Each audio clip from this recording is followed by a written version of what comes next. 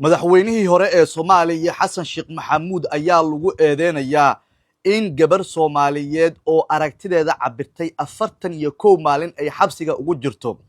cidii hadashana uu kaga baqayay in Sheekh Shariif Sheekh Axmed uu soo diray waa maxay cabsida dadka reer Muqdisho ay fahansan yihiin ee madaxweyne Xasan uu ka qabo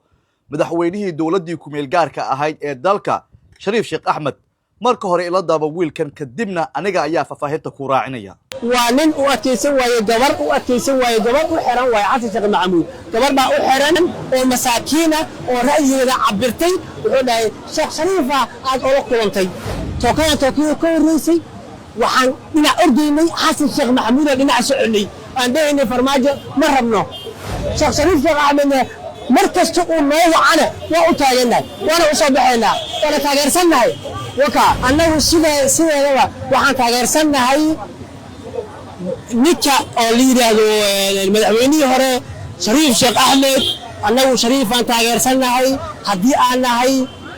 شعب الصوماليين أنت بدنبا وهجاج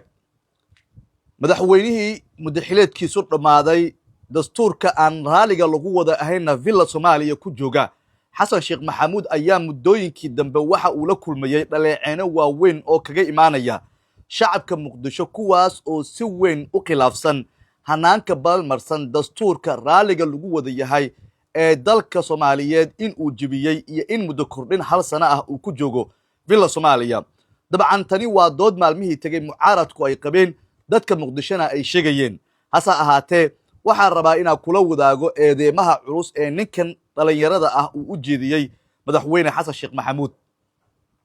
maanta oo sabti ah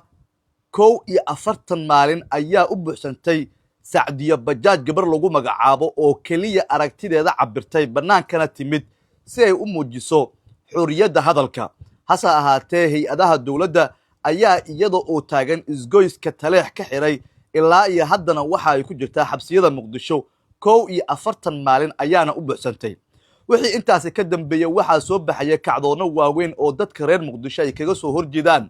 habka hay'adaha dawladda ay muddaxileedkoodu dhamaaday ee u shaqeynayaan cid walba oo hadasha Sheekh Shariif Sheekh Axmed ayaa looga baqayaa cid walba oo soo dhibata aragtideedana waxa la leeyahay xubnaha mucaaradka ayaa soo dirsaday waana meesha iska khilaafsan yihiin xubnaha mucaaradka shacabka Muqdisho iyo villa Soomaaliya sida aan xogta wiilkan idinku sheegay madaxweynaha waxa uu sheegay in gabar yar oo aragtideeda dhibatay oo u dul qaadan waayay waxa ay ku hadashay 41 maalin u xiran sidaas la mid ah xubnaha mucaaradku waxa ay ku doodayaan in gabadhan xiran iyo wiilal kale oo dhalinyaro ah isla markaana xubnaha mucaaradka saaxiibo la ahaa la xiray iyadoo oo laga duulayo kaliya waxa ay wadaan fikirka Sheekh Shariif haddaba waa maxay cabsida villa Soomaaliya ay ka qabto madaxweynihii dawladii ku meel gaarka ahayd ee dalka Shariif Sheekh Axmed oo hadda banaan joog ah iyadoo oo la xasuusto in madaxweyne Xasan muddaxileedkiisii hore sidan uu kala culeyskii ugu xooganaa uu saarayay Sheekh Shariif midda koowaad Sheekh Shariif waxa lagu yaqaanaa nin aan gamban aragtidiisu ay cadahay ilaalinta dastuurkana mar walba ay u tahay muhiimadda koowaad sidaas daraadeed madaxweyne Xasan oo doonaya in muddo kordhinta halka sano ah uu meel marsado ayaa diidan in dastuurka dalka laga hadlo waxaana Sheekh Shariif Sheekh Axmed isaguna uu ku adkeysanayaa in dastuurka raaliga lagu wada yahay uu yahay kii 2012 waa meesha koowaad oo villa Soomaaliya culeyska ugu xoogan ay saarayso wadaadkan qunyar socodka ah horeyna u soo noqday madaxweynaha jamhuuriyadda midda labaad